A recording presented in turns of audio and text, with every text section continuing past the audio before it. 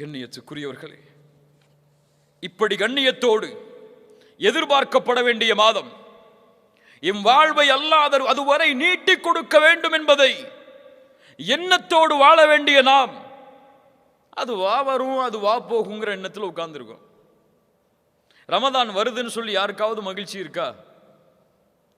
கொஞ்சம் உள்ளத்தை தொட்டு சொல்லுங்க. ரமதான் வருதுன்னு ரொம்ப சந்தோஷமா இருக்கு எனக்கு. எதுல சந்தோஷப்படுவோம்? நல்ல ஓய்வு கிடைக்கும், ஆஃபீஸ் டைம் குறைஞ்சிரும், அதிகமான லீவு கிடைக்கும், இப்படிதானே?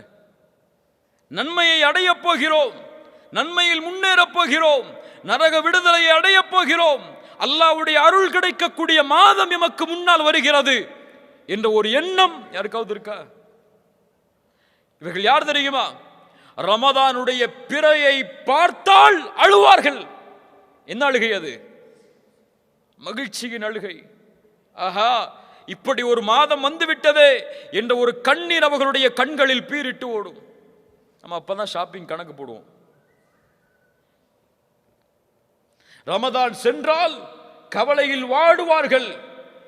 அடுத்த ரமதானை அடைவதற்கு அல்லாஹ் எனக்கு வாய்ப்பை அளிப்பானா என்று. கண்ணியத்துக்குரியவர்களே, ரமதானை அடைவது பாக்கியம், ரமதானை அடைவது கண்ணியம், ரமதானை அடைவது அல்லாஹ்வின் அருள். யார் அதை பாதுகாத்தார்களோ அவர்கள் பாதுகாக்கப்படுவார்கள், யார் வீணடித்தார்களோ அல்லாஹ் அவர்களை பாதுகாக்கட்டும், அவர்கள் வீணடிக்கப்படுவார்கள்.